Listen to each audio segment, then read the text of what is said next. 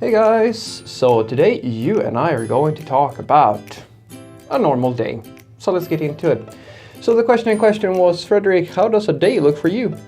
Or as a software developer, how does a normal day look? Well, the short answer is I get into work, I look at my to-do lists, I look at my Kanban board, talk to my coworkers at the stand-up, work until lunch on whatever task I have, and then I have lunch, and then in the afternoon I usually have a few meetings or something like that, and some planning and things of this nature, but I mostly work until I go home.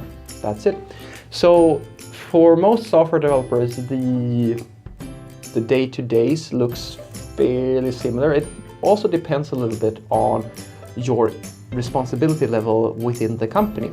If you are a junior level developer or a mid-level developer or something like that, where you don't have necessarily any team level responsibilities or company level responsibilities, your day is fairly straightforward usually.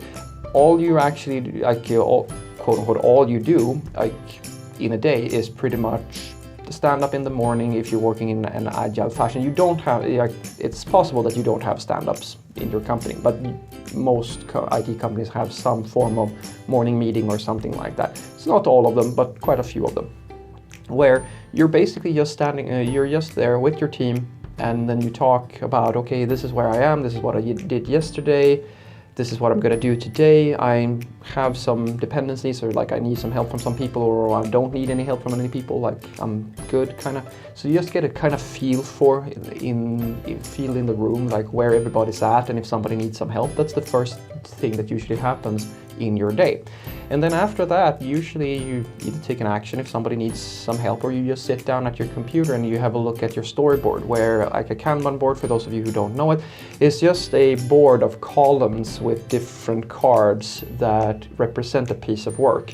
And all your each column represents a phase. So usually what you will have is you will have your backlog, where all the stuff that you could possibly imagine is, and then you have the things that are prepared for work, where stuff that has been have been scoped and defined. We've had a meeting about it, talked about what exactly is entailed in this piece of work, because usually when work comes into your team, it's kind of rough. It's very rare that something is super well defined and everything is crystal clear. Usually you have to talk a little bit about it to make sure that you have all the details. And then you have the ongoing column, where you just, you pick up a story card, you put it in there and you start working. Then you have a code review or a testing column or something like that, where you progress and you make sure that you have someone else that either tests your code or at least code reviews it for you, so that you can get some feedback on your work.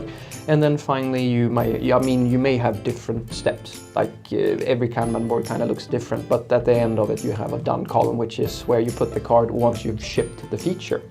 And that's pretty much the workflow right there. It's you get a card to the finished column, and then you pick up the next card, and then the next card, and so forth and so forth.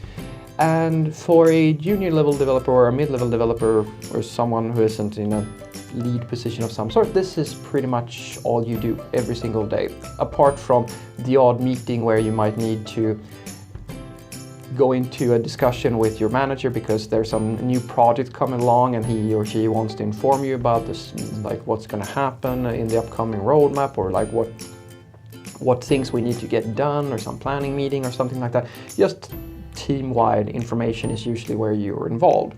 Now, if you're asking me personally, because these days I find myself in a team level management type of little position where I have more responsibilities than just being a programmer, then I have pretty much the exact same flow, apart from that I have most of the time I have more meetings pretty much, where I need to manage stakeholders, I need to take care of answering questions to all kind. You have no idea how many questions, everything from, oh, we have an issue here, this customer has a bug, this customer has this and that, we need to plan for the next quarter, we need to know how long if we wanted to build this thing here, which is not in the backlog, this is before things even get into the backlog, how long is that going to take? Is it worth the investment? Do you see any risks with it? So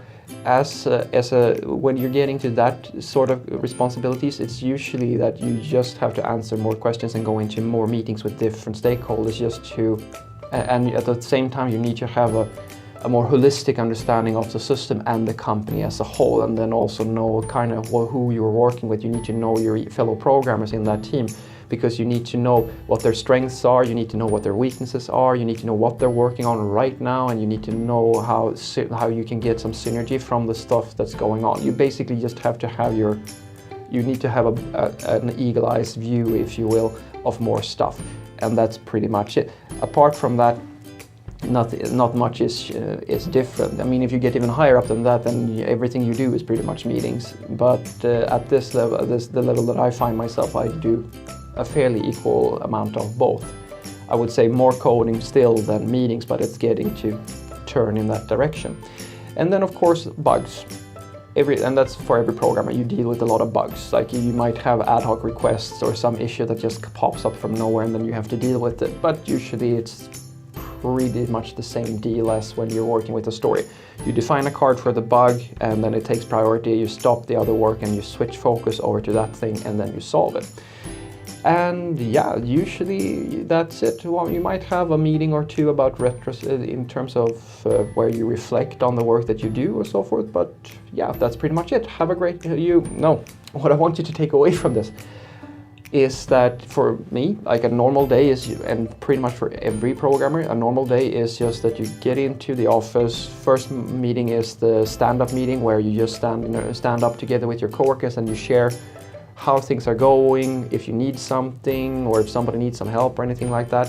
That's pretty much it. And then you just go to your Kanban board, sit down, and you pick a story, and then you start working on that story until you get it into the finished column, or you might code review somebody else's story, or you might work on a bug or something like that, and then you ship the feature, and then you kind of just repeat that process forever and ever and ever. And apart from that, you may find yourself in some planning meetings where you might have, either depending on your role, you might just be there to learn about what's coming up next, so you can kind of prepare that, we have this big project. If you're a more experienced developer or someone who has more responsibilities, you're usually in a few more meetings where you're responsible for making sure that the team has what they need. You're responsible for planning out work that hasn't even made it into the board just yet, or answering questions about how much effort certain things are and so forth. And apart from that, everything is pretty much the same as for for all the other programmers. Have a great day.